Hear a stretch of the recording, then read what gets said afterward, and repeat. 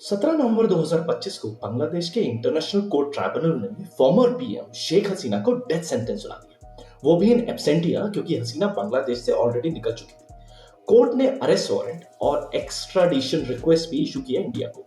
इस वर्डिक्ट में उन्हें 3 अकाउंट पर दोषी पाया गया। इनडिस्क्रिमिनेट वायलेंस का ऑर्डर प्रोटेस्टर पर और प्रोटेस्ट साइट पर, जिसमें हेलीकॉप्टर से एक्सप्लोजिव गिराना भी शामिल है।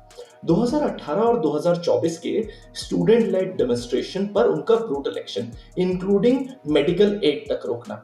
कुछ नोटेबल प्रोटेस्टर जैसे अबू सैयद, जिसकी पुलिस फायरिंग में मल्टीपल पैलेट राउंड से मौत हुई, मीर मुग्दू उर्फ Mir Mahfuzur Rahman, headshot while running away, and Mohammad Golam Nafis, farm gate firing, hospital treatment में डिले से डेथ, वो सिर्फ 16 साल के थे।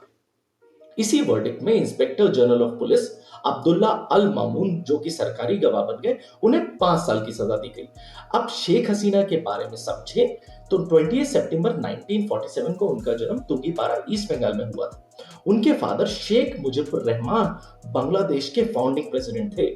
उनकी पार्टी अवामी लीग, जिसकी वो नेता थी, उससे वो पीएम रही 96 से 2001 और फिर एक long stretch 2009 to 24। She was the longest serving woman PM for Bangladesh and was in power since 2009.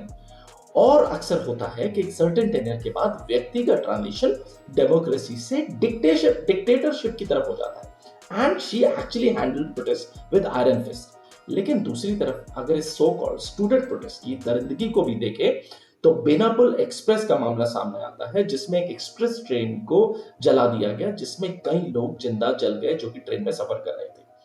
Attack हुए हिंदूज और बुद्धिस्ट के टेम्पल्स पर, रिलीजियस प्लेसेस पर और उनके घरों पर, उनकी प्रॉपर्टीज पर, जिसमें उनको भी मारा गया।